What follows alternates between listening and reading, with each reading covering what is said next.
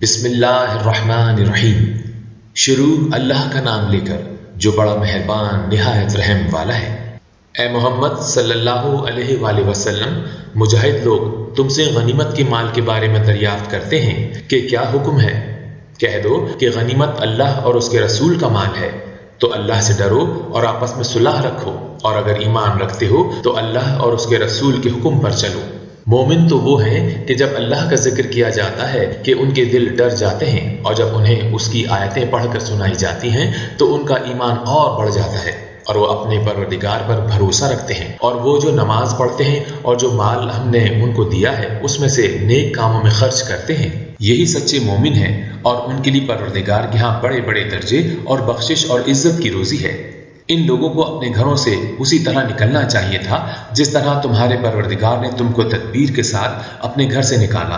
اور اس وقت مومنوں کی ایک جماعت ناخوش تھی۔ وہ لوگ حق بات میں اس کے ظاہر ہونے کے بعد تم سے جھگڑنے لگے، گویا موت کی طرف دھکیلے جاتے ہیں اور اسے دیکھ رہے ہیں۔ اور اس وقت کو بھی یاد کرو جب اللہ تم سے وعدہ کرتا تھا کہ ابو سفیان اور ابو جہل کے دو گروہ میں سے ایک گروہ تمہارا مغلوب ہو جائے گا، اور تم چاہتے تھے کہ جو قافلہ بے شان و شوکت یعنی بے ہتھیار ہے وہ تمہارے ہاتھ آ جائے، اور اللہ چاہتا تھا کہ اپنے فرمان سے حق کو قائم رکھے اور کافروں کی جڑ کاٹ کر پھینک دے، تاکہ سچ کو سچ اور جھوٹ کو جھوٹ کر دے، گو مشرک ناخوش ہی ہو۔ جب تم اپنے پروردگار سے فریاد کرتے تھے تو اس نے تمہاری دعا قبول کر لی اور فرمایا کہ تسلی رکھو، ہم 1000 فرشتوں سے جو ایک دوسرے کے پیچھے آتے جائیں گے تمہاری مدد کریں گے، اور اس مدد کو اللہ نے محض بشارت بنایا تھا کہ تمہارے دل اس سے اطمینان حاصل کریں، اور مدد تو اللہ ہی کی طرف سے ہے، بے شک اللہ غالب حکمت والا ہے۔ جب اس نے تمہاری تسکین کے لیے اپنی طرف سے تمہیں نیند کی چادر اڑا دی اور تم پر آسمان سے پانی برسا دیا تاکہ تم کو اس سے نہلا کر پاک کر دے، اور شیطانی نجاست کو تم سے دور کر دے، اور اس لیے بھی کہ تمہارے دلوں کو مضبوط کر دے اور اس سے تمہارے پاؤں جمائے رکھے۔ جب تمہارا پروردگار فرشتوں کو ارشاد فرماتا تھا کہ میں تمہارے ساتھ ہوں، تم مومنوں کو تسلی دو کہ ثابت قدم رہیں، میں ابھی کافروں کے دلوں میں روب و ہیبت ڈال دیتا ہوں تو ان کے سر مار کر اڑا دو اور ان کا پور پور مار کر توڑ دو۔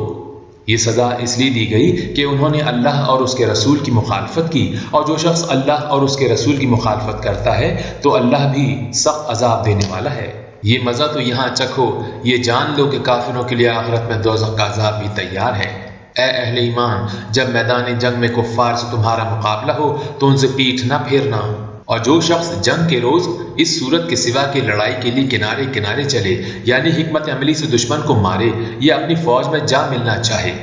ان سے پیٹ پھیرے گا تو سمجھ لو کہ وہ اللہ کے غضب میں گرفتار ہو گیا، اور اس کا ٹھکانہ دوزخ ہے، اور وہ بہت ہی بری جگہ ہے۔ تم لوگوں نے ان کفار کو قتل نہیں کیا بلکہ اللہ نے انہیں قتل کیا، اور اے محمد صلی اللہ علیہ وآلہ وسلم، جس وقت تم نے کنکریاں پھینکی تھیں تو وہ تم نے نہیں پھینکی تھیں بلکہ اللہ نے پھینکی تھیں۔ اس سے غرض یہ تھی کہ مومنوں کو اپنے احسانوں سے اچھی طرح آزما لے، بے شک اللہ سنتا جانتا ہے۔ بات یہ ہے کہ کچھ شک نہیں کہ اللہ کافروں کی تدبیر کو کمزور کر دینے والا ہے۔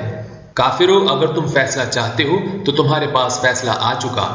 دیکھو، اگر تم اپنے افعال سے باز آ جاؤ تو تمہارے حق میں بہتر ہے، اور اگر پھر نافرمانی کرو گے تو ہم بھی پھر تمہیں عذاب کریں گے، اور تمہاری جماعت خواہ کتنی ہی کثیر ہو تمہارے کچھ بھی کام نہ آئے گی، اور اللہ مومنوں کے ساتھ ہے۔ اے ایمان والو، اللہ اور اس کے رسول کے حکم پر چلو اور اس سے روگردانی نہ کرو، اور تم سنتے ہو، اور ان لوگوں جیسے نہ ہونا جو کہتے ہیں کہ ہم نے اللہ کا حکم سن لیا مگر حقیقت میں نہیں سنتے۔ کچھ شک نہیں کہ اللہ کے نزدیک تمام جانداروں میں بدترین وہ بہرے گونگے لوگ ہیں جو عقل سے کام نہیں لیتے، اور اگر اللہ ان میں خیر کی طرف دیکھتا تو ان کو سننے کی توفیق بخشتا، اور اگر یوں ہی انہیں سنوا دیتا تو وہ منہ پھیر کر بھاگ جاتے۔ مومنوں، اللہ اور اس کے رسول کا حکم قبول کرو جبکہ رسول تمہیں ایسے کاموں کے لیے بلاتے ہیں جو تم کو زندگی جاودہ بخشتا ہے، اور جان رکھو کہ اللہ آدمی اور اس کے دل کے درمیان حائل ہو جاتا ہے، اور یہ بھی کہ تم سب اس کے روبرو جمع کیے جاؤ گے۔ اور اس فتنے سے ڈرو جو خصوصیت کے ساتھ انہی لوگوں پر واقع نہ ہوگا جو تم میں گنہگار ہیں، اور جان رکھو کہ اللہ سخت عذاب دینے والا ہے۔ اور اس وقت کو یاد کرو جب تم زمین مکہ میں قلیل اور ضعیف سمجھے جاتے تھے، اور ڈرتے رہتے تھے کہ لوگ تمہیں اڑا نہ لے جائیں، یعنی ختم نہ کر دیں، تو اس نے تم کو جگہ دی اور اپنی مدد سے تم کو تقویت بخشی اور پاکیزہ چیزیں کھانے کو دی تاکہ اس کا شکر کرو۔ اے ایمان والو، نہ تو اللہ اور رسول کی امانت میں خیانت کرو اور نہ اپنی امانتوں میں خیانت کرو، اور تم ان باتوں کو جانتے ہو، اور جان رکھو کہ تمہارا مال اور اولاد بڑی آزمائش ہے، اور یہ کہ اللہ کے پاس نیکیوں کا بڑا ثواب ہے۔ مومنو، اگر تم اللہ سے ڈرو گے تو وہ تمہارے لیے حق و باطل کا فرق ظاہر کر دے گا، یعنی تم کو ممتاز کر دے گا، تو وہ تمہارے گناہ مٹا دے گا اور تمہیں بخش دے گا، اور اللہ بڑا فضل والا ہے۔ اور اے محمد صلی اللہ علیہ وآلہ وسلم، اس وقت کو یاد کرو جب کافر لوگ تمہارے بارے میں چال چل رہے تھے کہ تم کو قید کر دیں یا جان سے مار ڈالیں یا وطن سے نکال دیں، تو ادھر تو وہ چال چل رہے تھے اور ادھر اللہ چال چل رہا تھا، اور اللہ سب سے بہتر چال چلنے والا ہے۔ اور جب ان کو ہماری آیتیں پڑھ کر سنائی جاتی ہیں تو کہتے ہیں یہ کلام ہم نے سن لیا ہے، اگر ہم چاہیں تو اسی طرح کا کلام ہم بھی کہہ دیں، اور یہ ہے ہی کیا، صرف اگلے لوگوں کی حکایتیں ہیں۔ اور جب انہوں نے کہا کہ اے اللہ، اگر یہ قرآن تیری طرف سے برحق ہے تو ہم پر آسمان سے پتھر برسا یا کوئی اور تکلیف دینے والا عذاب بھیج دے، اور اللہ ایسا نہ تھا کہ جب تک اے پیغمبر تم ان میں تھے انہیں عذاب دیتا، اور ایسا نہ تھا کہ وہ بخششیں مانگیں اور انہیں عذاب دے۔ اور اب ان کے لیے کون سی وجہ ہے کہ وہ انہیں عذاب نہ دے، جبکہ وہ مسجد الحرام میں نماز پڑھنے سے روکتے ہیں اور وہ اس مسجد کے متولی بھی نہیں۔ اس کے متولی تو صرف پرہیزگار ہیں، لیکن ان میں اکثر نہیں جانتے۔ اور ان لوگوں کی نماز خانہ کعبہ کے پاس سیٹیاں اور تالیاں بجانے کے سوا کچھ نہ تھی، تو تم جو کفر کرتے تھے اب اس کے بدلے عذاب کا مزہ چکھو۔ جو لوگ کافر ہیں اپنا مال خرچ کرتے ہیں کہ لوگوں کو اللہ کے رستے سے روکیں، سو ابھی اور خرچ کریں گے، مگر آخر وہ خرچ کرنا ان کے لیے موجب افسوس ہوگا اور وہ مغلوب ہو جائیں گے، اور کافر لوگ دوزخ کی طرف ہانکے جائیں گے، تاکہ اللہ ناپاک کو پاک سے الگ کر دے اور ناپاک کو ایک دوسرے پر رکھ کر ایک ڈھیر بنا دے، پھر اس کو دوزخ میں ڈال دے۔ یہی لوگ خسارہ پانے والے ہیں۔ اے پیغمبر، کفار سے کہہ دو کہ اگر وہ اپنے افعال سے باز آ جائیں تو جو ہو چکا وہ انہیں معاف کر دیا جائے گا، اور اگر پھر وہی حرکات کرنے لگیں گے تو اگلے لوگوں کا جو طریق جاری ہو چکا ہے وہی ان کے حق میں برتا جائے گا۔ اور ان لوگوں سے لڑتے رہو یہاں تک کہ فتنہ یعنی کفر کا فساد باقی نہ رہے اور دین سب اللہ ہی کا ہو جائے، اور اگر باز آ جائیں تو اللہ ان کے کاموں کو دیکھ رہا ہے، اور اگر روگردانی کریں تو جان رکھو کہ اللہ تمہارا حمایتی ہے، اور وہ خوب حمایتی اور خوب مددگار ہے۔ اور جان رکھو جو مال غنیمت تم نے کفار سے حاصل کیا اس میں 5واں حصہ اللہ کا اور اس کے رسول کا اور اہل قرابت کا اور یتیموں کا اور محتاجوں کا اور مسافروں کا ہے، اگر تم اللہ پر اور اس نصرت پر ایمان رکھتے ہو جو حق و باطل میں فرق کرنے کے دن یعنی جنگ بدر میں، جس دن دونوں فوجوں میں مٹ بھیڑ ہو گئی،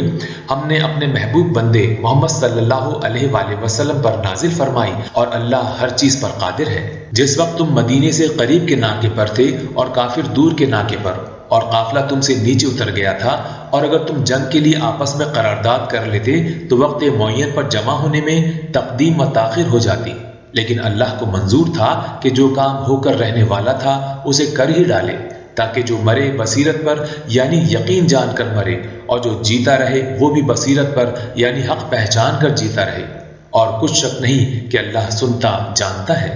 اس وقت اللہ نے تمہیں خواب میں کافروں کو تھوڑی تعداد میں دکھایا، اور اگر بہت کر کے دکھاتا تو تم لوگ ڈر جاتے اور جو کام درپیش تھا اس میں جھگڑنے لگتے، لیکن اللہ نے تمہیں اس سے بچا لیا، بے شک وہ سینوں کی باتوں تک سے واقف ہے۔ اور اس وقت جب تم ایک دوسرے کے مقابل ہوئے تو کافروں کو تمہاری نظروں میں تھوڑا کر کے دکھاتا تھا اور تم کو ان کی نگاہوں میں تھوڑا کر کے دکھاتا تھا،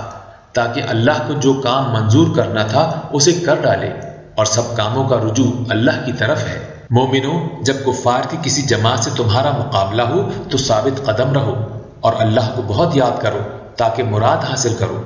اور اللہ اور اس کے رسول کے حکم پر چلو، اور آپس میں جھگڑا نہ کرنا کہ ایسا کرو گے تو تم بزدل ہو جاؤ گے اور تمہارا اقبال جاتا رہے گا، اور صبر سے کام لو کہ اللہ صبر کرنے والوں کا مددگار ہے۔ اور ان لوگوں جیسے نہ ہونا جو اتراتے ہوئے یعنی حق کا مقابلہ کرنے کے لیے اور لوگوں کو دکھانے کے لیے گھروں سے نکل آئے اور لوگوں کو اللہ کی راہ سے روکتے ہیں، اور جو اعمال یہ کرتے ہیں اللہ ان پر احاطہ کیے ہوئے ہے۔ اور جب شیطانوں نے ان کے اعمال ان کو آراستہ کر کے دکھائے اور کہا کہ آج کے دن لوگوں میں کوئی تم پر غالب نہ ہوگا اور میں تمہارا رفیق ہوں، لیکن جب دونوں فوجیں ایک دوسرے کے مقابل صف آرا ہوئیں تو پسپا ہو کر چل دیا اور کہنے لگا کہ مجھے تم سے کوئی واسطہ نہیں، میں تو ایسی چیزیں دیکھ رہا ہوں جو تم نہیں دیکھ سکتے، مجھے تو اللہ سے ڈر لگتا ہے اور اللہ سخت عذاب کرنے والا ہے۔ اس وقت منافق اور کافر جن کے دلوں میں مرض تھا کہتے تھے کہ ان لوگوں کو ان کے دین نے مغرور کر رکھا ہے،